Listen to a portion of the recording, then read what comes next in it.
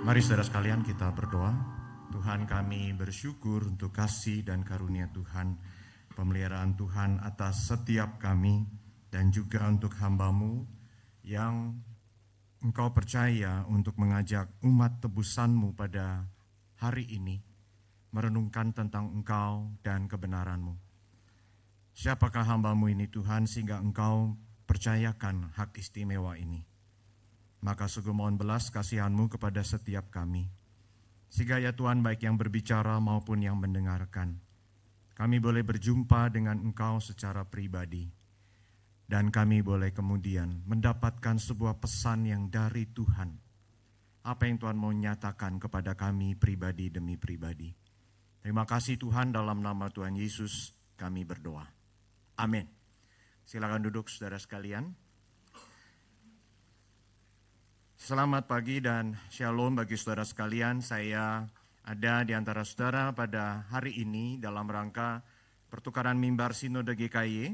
Sebenarnya dijadwalkan tanggal 22 Februari, tetapi bagi kami itu adalah perayaan Imlek, maka saya minta izin kepada Gembala untuk dapat di-switch ke hari ini, dan ternyata Tuhan berikan kesempatan ini.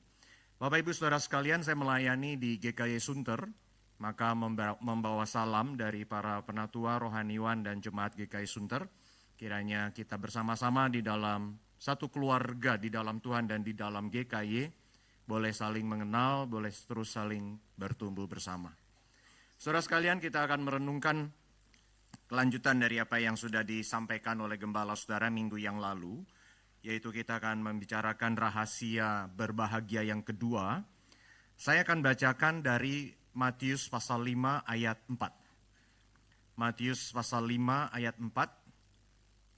Saya akan bacakan bagi saudara. Demikian teks Alkitab Matius pasal 5 ayat 4. Berbahagialah orang yang berduka cita, karena mereka akan dihibur. Jemaat sekalian, kurang lebih 2 mingguan yang lalu ada seseorang datang kepada saya dan menceritakan dengan sedih bahwa dia kehilangan pekerjaan yang selama ini diandalkannya untuk mencukupkan kebutuhan keluarganya. Seorang pria yang mencoba bertanggung jawab tetapi ternyata mendapati pengalaman membuat dia bersedih. Beberapa hari kemudian ada sepasang pemuda yang sudah beberapa waktu kami bertemu, saya mencoba membimbing, ternyata mereka berkata sepertinya kami memilih untuk berpisah dan kelihatan dari wajah mereka bersedih. Dan di minggu yang sama kami mendapati ada salah satu jemaat kami yang kemudian kehilangan ibunya padahal belum lama ayahnya berpulang sehingga sekarang dia sebatang kara, tapi bersyukur ada iinya yang kemudian berkenan untuk tinggal bersama dia. Saudara sekalian, ini adalah pengalaman-pengalaman kedukaan yang terjadi. Dan mungkin saat ini saya atau saudara sedang ada perasaan duka cita tertentu. Saudara, sebuah perasaan yang kita tidak suka dan zaman ini mengejar akan kesenangan, kebahagiaan, YOLO, you only live once. Maksudnya apa saudara? Ayo kejar kesenangan, kejar, cari yang membuat hatimu terhibur. Sebenarnya saudara, orang itu tahu bahwa masalah, kesulitan, kedukaan itu tidak terhindarkan. Maka orang berusaha mencari penghiburan, dan ayat yang tadi kita baca di mana Kristus berkata, berbahagialah orang yang berduka cita karena mereka akan dihibur. Saudara, kita dan orang-orang lain bisa saja membaca ayat ini, kemudian memahami Kristus sedang berkata demikian. Oh, yang sekarang dalam duka cita, bertahanlah, ini akan berlalu, nanti akan datang masa yang lebih baik. Saat ini bertahanlah. Tapi saudara, menurut saya pesan itu dangkal. Tapi orang lain, saudara, yang belum cukup mengenal kekristenan mungkin bisa berpikir, kalau dikatakan berbahagialah orang yang berduka cita, apakah etiket hidup orang Kristen itu adalah murung, sendu, wajah tidak boleh, gak seperti pepaya, ketekuk, selalu muram, selalu sedih. Maka saudara sekalian, mari kita pahami ini sesuai dengan konteksnya. Dan saudara sekalian, ucapan bahagia beatitudes, di mana sebagian ahli katakan itu adalah dari pasal 5 ayat 3 sampai dengan 10, sedangkan ayat 11-12 adalah penutup. Ada yang bilang itu adalah pasal 5 ayat 3 sampai dengan 12. Tetapi saudara, memang sebenarnya ada yang unik di ayat 3 dan ayat yang ke-10. Oleh karena ada kalimat yang sama di sana, yaitu merekalah yang mempunyai kerajaan surga. Ayat 4 dan ayat 9 itu diapit di antaranya. Suatu cara penulisan orang Yahudi yang kemudian menunjukkan bahwa semua itu dipagari oleh pemikiran mempunyai kerajaan surga. Oleh karena itu saudara sekalian, D.A. Carson di dalam buku tafsirannya, buku ulasan panjang lebar darinya tentang khotbah di bukit, dia katakan beatitudes itu adalah, ucapan bahagia itu adalah norma-norma dari kerajaan Allah. Dan ini sejalan dengan apa yang Gembala sudah khotbahkan minggu yang lalu, di mana Pendeta Petrus itu mengatakan tentang khotbah di bukit itu adalah suatu piagam dasar kerajaan Allah yang menetapkan nilai, prinsip, dan hukum dasarnya. Maka apa itu pengertian orang yang berduka cita, kita perlu pahami di dalam konteks kerajaan Allah. Dan minggu yang lalu Pendeta Petrus sudah menyampaikan di dalam khotbahnya bahwa yang disebut dengan orang yang miskin adalah miskin di hadapan Allah, miskin di dalam hati. Yang dimaksudkan dalam pemaparan minggu lalu yang direnungkan bersama oleh saudara adalah orang yang miskin batiniah, bukan sebatas pada orang yang miskin rupiah. Oleh karena itu saudara sekalian, sejalan dalam pengertian tersebut, maka orang yang berduka cita di dalam konteks kerajaan Allah, orang yang berduka cita di dalam batin, di dalam hati, tidak lain itu sebenarnya adalah orang yang berduka cita karena dosa, dan inilah yang akan kita renungkan saat ini. Berduka cita karena dosa, dan ketika kita telaah lebih jauh untuk kita menguji benarkah pemikiran ini, maka saudara, misalnya di dalam tulisan Rasul Paulus di surat 1 Korintus. Saudara, kita bisa baca di sana ada bagian yang sudah saya highlight dengan warna merah. Dikatakan tentang jemaat Korintus yang ada percabulan di antara mereka, dan percabulan itu begitu rupa yang bahkan tidak terdapat sekalipun di antara bangsa-bangsa yang tidak mengenal Allah, yaitu ada orang yang hidup dengan istri ayahnya. Mengherankan saudara ya, ini dilakukan oleh jemaat Korintus. Sekalipun demikian, kamu sombong, tidaklah lebih patut kamu berduka cita. Katanya yang dipakai itu sama dalam bahasa aslinya. Artinya kata duka cita di sini memang digunakan di dalam kitab Perjanjian Baru dalam pengertian duka cita karena dosa. Sayang kemudian jemaat Korintus ini dikatakan mereka itu tidak berduka cita, mereka sombong, mereka merasa tidak bersalah dengan itu, mereka merasa hidupnya sudah baik karena mereka punya hikmat-hikmat seperti yang dibicarakan para filsuf. Dan kemudian saudara sekalian, ada tulisan lain dari Rasul Paulus, itu ada di 2 Korintus pasal 12, tapi saya akan mengajak saudara melihat tulisan Perjanjian Baru yang lain. Yaitu kali ini ditulis oleh Yakobus. Di mana Yakobus mengatakan tentang jemaat yang dilayaninya, dia berikan suatu dorongan, dia berikan satu perintah supaya menahirkan tangan, hai kamu orang-orang berdosa, Sucikanlah hatimu, hai kamu yang ragu-ragu, sadarilah kemalanganmu, berduka cita. Kata yang sama kembali muncul, yang menegaskan, menggarisbawahi bahwa memang kata duka cita yang kita akan hayati pada kesempatan ini adalah duka cita karena dosa.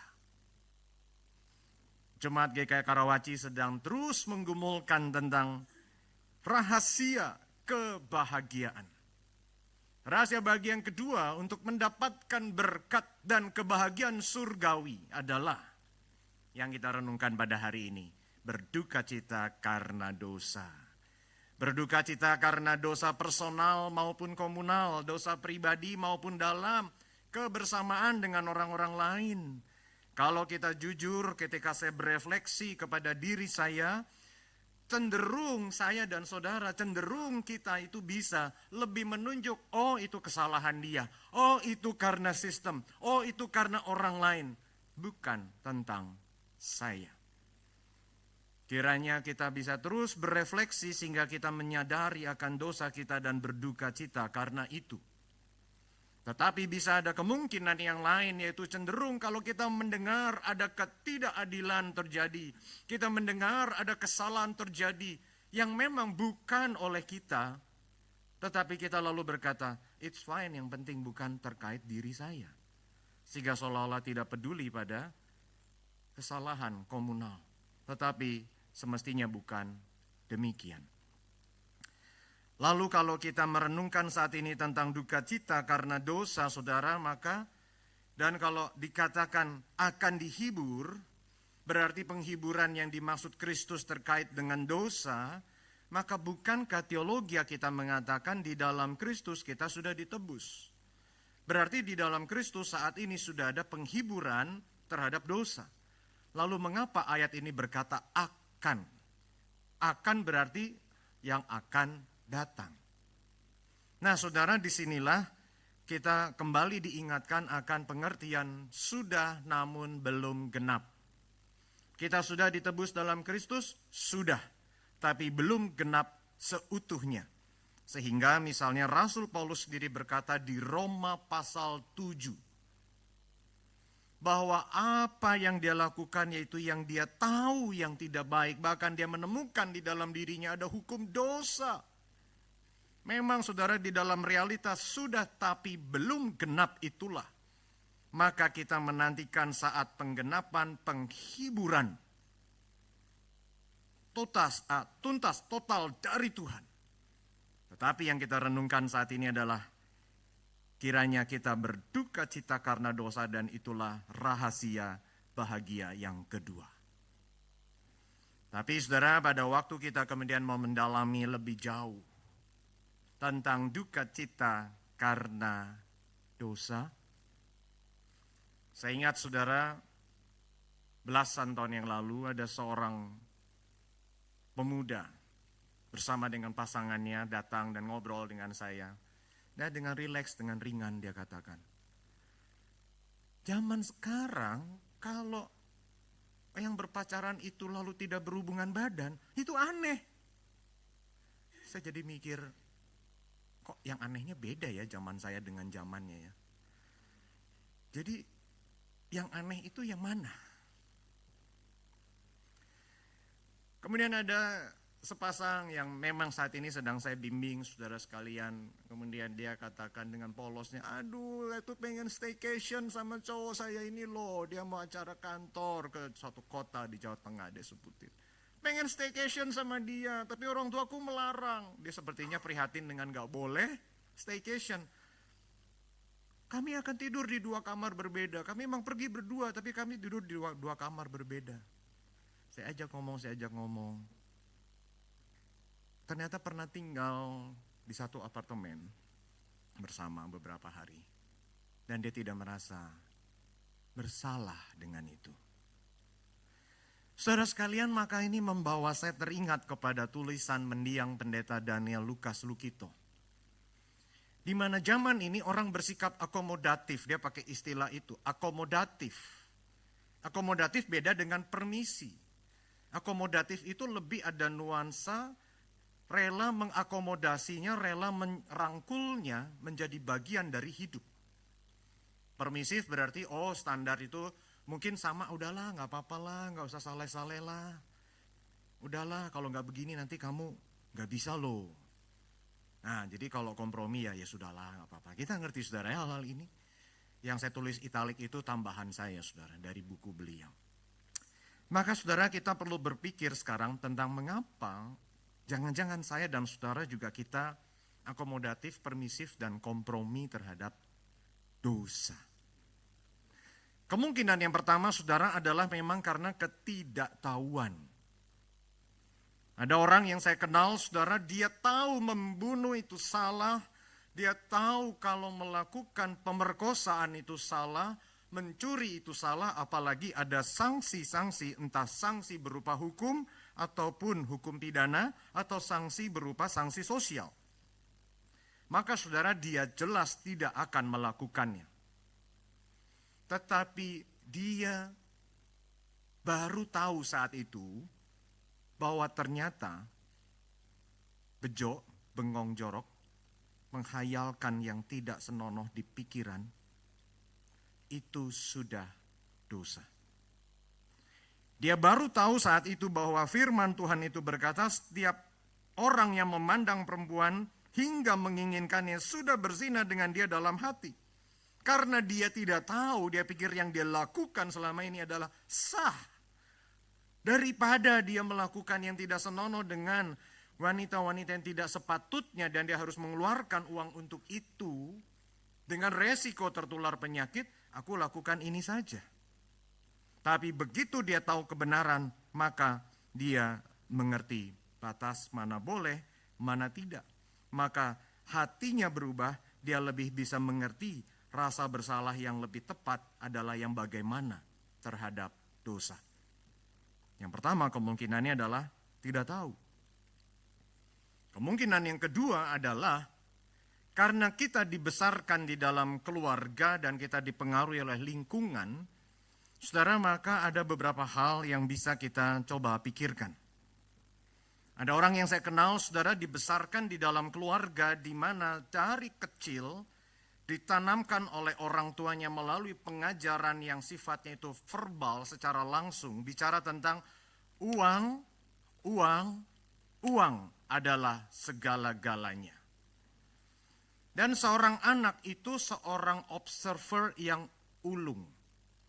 Dari kecil anak itu melihat orang tuanya menyelesaikan segala sesuatu dengan uang. Maka dia terbiasa mengamati perilaku orang tuanya terhadap uang. Dia mendengar pengajaran uang. Ditambah sering diajarkan, kamu kalau cari teman, cari orang yang mendatangkan keuntungan bagimu. Saudara, kalau anak ini menjadi pribadi yang makin besar, kira-kira value apa yang ada pada diri anak ini? Nilai, value itu sangat penting. Value itulah yang menentukan, mempengaruhi perilaku, keputusan-keputusan kita dan segala hal dalam hidup kita. Maka saudara sekalian, pribadi ini cenderung menjadi orang yang value-nya adalah uang segalanya dan mengejar keuntungan pribadi. Maka saudara, dia kecil rasa bersalahnya manakala dia kemudian memakai waktu untuk mengejar uang dan dia tega bisa memanipulasi orang untuk keuntungannya sendiri. Sekalipun kemudian dia tahu firman Tuhan, akar segala kejahatan adalah cinta uang, tapi dari dalam dirinya ada dorongan yang begitu kuat dan sudah bertahun-tahun bagian dari hidupnya, maka di situ dia perlu belajar yang namanya berduka cita karena dosa terhadap cinta uang dan tega memanfaatkan orang lain untuk keuntungannya. Pengaruh lingkungan ini juga banyak, bukan saudara, bisa terjadi pada generasi muda. Enggak apa-apa lah, ini tuh bukan tembakau kok, ini itu vape, ini tuh beda. Ini tuh bukan rokok. Saudara, mohon maaf, di masa lalu saya perokok berat, saudaraku. Saya perokok berat. Jadi saya mengalami masa-masa itu. Saya tahu apa itu vape. Saya tahu apa itu shisha. Saudara sekalian, tetapi generasi-generasi berkata, enggak apa-apa kok. Ini itu bukan tembakau, ini lebih baik. Allah jangan culun lah. Kamu jangan kayak gitu. Kamu enggak sigma kamu kalau enggak nyoba ini. Ayo vape lah vape, enggak apa-apa. Enggak usah terlalu saleh lah. Nanti kamu enggak laku loh. Enggak bisa kayak gitu. Itu mah cuma di gereja doang, urusan hari Minggu. Kita mah udahlah, dunia ini enggak bisa lah kayak gitu. Akhirnya apa saudara? Kompromi banyak terjadi. Rasa bersalah berkurang manakala kita sesuai dengan apa yang lingkungan katakan.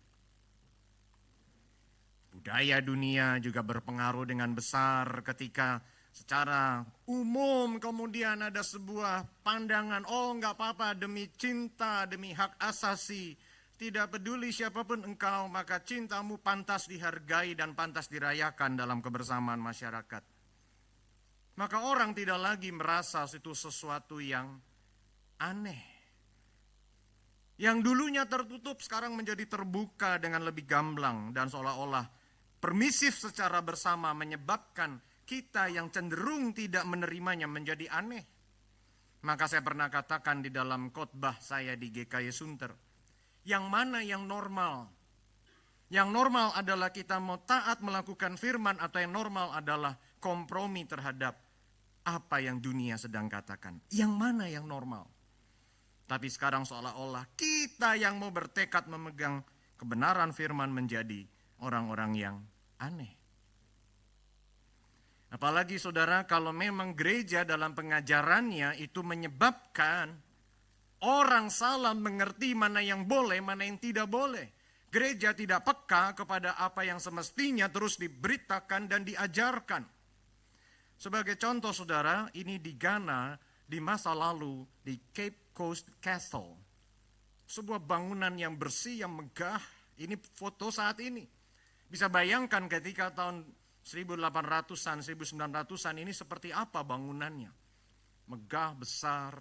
Dan di dalamnya setiap minggu ada ibadah di suatu chapel di tempat ini. Ibadah bagi orang-orang kulit putih yang ada di Ghana. Di tempat yang putih bersih, yang megah ini, di bagian bawahnya ada penjara bawah tanah yang menampung orang-orang kulit hitam dari Ghana dan sekitarnya untuk dijual ke negara-negara barat. Di dalamnya ini bisa kelihatan, saudara, itu ventilasinya kecil. Ada foto-foto lain yang kelihatan itu tidak ada ventilasi. Dan kita bisa duga ini sanitasinya buruk. Dan setiap hari Minggu, ketika ada ibadah di chapel di atas dungeon ini, di atas penjara bawah tanah ini, saudara sekalian, maka ada penjaga yang mengawal supaya orang-orang kulit hitam ini tidak berteriak. Tidak menyatakan apapun supaya ibadah di atas tenang. Di atas di ibadah pasti dikatakan, kasihlah sesamamu. Engkau manusia punya martabat, maka Tuhan mati dan bangkit bagimu. Itu saya bayangkan itu yang diberitakan. Tetapi membiarkan yang di bawah tetap seperti itu. Ini suatu kontras saudara, tetapi menjadi cerminan bagi kita, yaitu saudara sekalian, manakala saudara gereja mengajarkan yang tidak alkitabiah, gereja tidak menegur dosa dan ajaran gereja, ingin didengar positif bagi zaman ini, maka hal itu dapat membuat orang semakin tidak sensitif terhadap dosa dan pelanggaran. Apalagi kita harus jujur, tidak sedikit dari banyak kita yang seolah-olah menjadi konsumen terhadap apa yang gereja produksikan. Terdengar nyaman, terdengar positif, memberikan semangat, ini yang aku cari. Yang ini bicara dosa, ini bicara tentang pertobatan, nggak suka. Tapi biarlah kiranya kita terus menggaungkan saudara akan kebenaran, dan itu kiranya menolong saya dan saudara dan kita sendiri terus berefleksi. Sehingga kita kiranya semakin berduka cita terhadap dosa, kita semakin peka terhadap dosa. Tapi waktu saya mengajak saudara untuk sekarang lebih dalam menghayati tentang siapa sih pribadi yang sebenarnya itu menjadi pribadi yang memang berduka cita karena dosa, itu membuat saya kemudian teringat akan ayat ini. Ini adalah ayat ketika Kristus sedang menuju kota Yerusalem. Dia naik keledai dan dia di situ menangisi kota Yerusalem. Dia tahu keberdosaan orang-orang Yahudi. Dia tahu bahwa penghukuman Allah akan datang atasnya. Tapi dia juga tahu akan kejahatan, akan dosa orang-orang Romawi yang jahat sekali akan melakukan penghancuran kepada Yerusalem, dan Kristus menangis. Saudara, bukankah pribadi yang sangat peka atas dosa, sangat bersedih atas dosa? Ya betul, dia marah kepada perbuatan-perbuatan jahat. Tapi dia menangisi dosa. Siapa itu? Bukankah itu adalah Allah itu sendiri? Allah yang suci, Allah yang tidak bisa bersentuhan dengan dosa, yang sangat peka terhadap dosa. Tapi dia menangisi dosa sehingga bahkan dia rela untuk mati. Rela menyerahkan nyawanya dan bangkit kembali supaya kita terbebas dari jerat dosa. Maka bukankah kalau kita mau semakin berduka cita terhadap dosa, kita perlu semakin menyerupai Dia. Sehingga saudara, kalau kita bicara tentang menyerupai satu pribadi, bagi kita yang menikah saudara, maka setelah bertahun-tahun kita berjalan bersama dengan dia, kok sepertinya pikiran semakin banyak samanya ya. Yang dia suka, kok saya juga suka. Yang dia nggak suka, saya juga nggak suka. Bahkan pemilihan kata, cara ngomong, intonasi bisa serupa. Saudara, ada yang saya kenal rekan kami ini, ketika si istri ngomong, waduh seolah-olah mendengar suaminya bicara. Pemilihan kata, bisa kok banyak miripnya. Nah mungkin kita mengalami hal itu. Saya yang dulunya saudara, kalau misalnya ya awal-awal masa pacaran dengan istri saya, karena mengikuti apa yang papa saya perlihatkan dari kecil, ketika istri saya misalnya masuk ke satu tempat untuk dia belanja, saya nunggu di depan. Nah, dan dia nggak mau, dong temenin dong. Nah sekarang sudah berubah seleranya. Banyak hal menjadi mirip ketika berjalan bersama. Dan mungkin saudara, kalau kita belum berpasangan, kita bisa belajar dari contoh lain, mungkin orang tua dengan anak. Orang tua yang sering mengajak bicara, anak yang punya banyak waktu dengan orang tua. Ada hal-hal di mana relasi yang baik itu menyebabkan anak itu menyerap akan secara pandang, sikap, nilai, bahkan perilaku, bahkan intonasi. Kita bisa dengar ketika dulu masih zamannya fix line, itu masih sering kita pakai. Ketika kita telepon, dipikir kita sedang bicara dengan bapaknya, padahal itu yang menerima adalah anaknya. Kita pikir kita bicara sama anaknya, tapi taunya yang sedang menjawab adalah ibunya. Ketika kita berjalan bersama dan sering dengan pribadi itu, maka kita akan semakin mirip dengannya. Maka bukankah supaya kita lebih berduka cita atas dosa, di mana berduka cita atas dosa itu adalah karakter Allah, maka kita perlu bertumbuh semakin serupa dengan Kristus. Sehingga kita akan lebih bisa berduka cita karena dosa. Bapak Ibu Saudara sekalian, di bagian akhir ini, maka saya ingin menitipkan kepada saudara kepanjangan dari gereja kita. Gereja kita adalah apa saudara? GKY. Ya. G-nya di sini adalah grow in Christ intentionally. bertumbuh di dalam Kristus dengan sengaja. Saudara sekalian, sebenarnya di dalam khotbah di bukit ini dinyatakan dengan jelas, saudara, akan perbedaan antara orang yang empunya kerajaan Allah dengan yang bukan empunya kerajaan Allah. Dibutuhkan satu tekad komitmen untuk kita memang menjadi seorang murid Kristus yang menyebabkan kita memang, yes, inilah warga kerajaan Allah. Konsisten dengan apa yang diklaim. Maka kita perlu secara sengaja memang mau bertumbuh. Grow in Christ intentionally. Maka dalam kaitan itu kita perlukannya yaitu mengenal diri dengan baik, mengenal apa yang menghambat, mengenal dosa-dosa yang tersembunyi, mengenal akan hal-hal yang mungkin hanya kita yang tahu. Dan kemudian jangan berhenti kalau sudah mengenalnya. Mari kita kemudian berupaya menemukan strategi mengatasinya.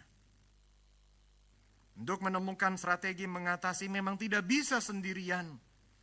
Maka Y-nya itu adalah you are not alone. The rest, you are not walking alone. Liverpool, slogannya bagus sekali itu. Tapi saudara sekalian, hal ini sebetulnya mengajarkan kepada kita. Kita tidak sendirian. Biarlah rumah ini menjadi home bagi saudara. Harmonious oasis. Satu tempat di mana saudara mendapatkan kesegaran dan suatu tempat di mana menyatakan ada harmoni itu dari relasi satu dengan yang lain. Untuk kemudian itu mengempower, menguatkan saudara di dalam proses pertumbuhan untuk menjadi murid Kristus yang sejati. Saudara tidak sendirian. Grow in Christ intentionally, mengenal diri, mengenal semua kelemahan, mengenal hal-hal tersembunyi, mengenal akan bagaimana sih caranya, mulai mengetahui strateginya, dan saudara tidak sendiri. Bersama-sama biarlah boleh terus saling menajamkan, sehingga semakin serupa dengan Kristus, semakin peka atas dosa dan kemudian meninggalkannya. Mari kita berdoa. Segala puji, segala hormat, kemuliaan bagi nama Tuhan. Tolonglah setiap kami termasuk hamba-Mu untuk juga dapat menghayati dan melakukan kebenaran ini. Sehingga dengan demikian biarlah nama-Mu semakin dimuliakan, kami semakin serupa dengan Kristus dan menjadi berkat bagi banyak orang. Segala puji, hormat bagi nama Tuhan. Di dalam nama Tuhan Yesus kami berdoa. Amin.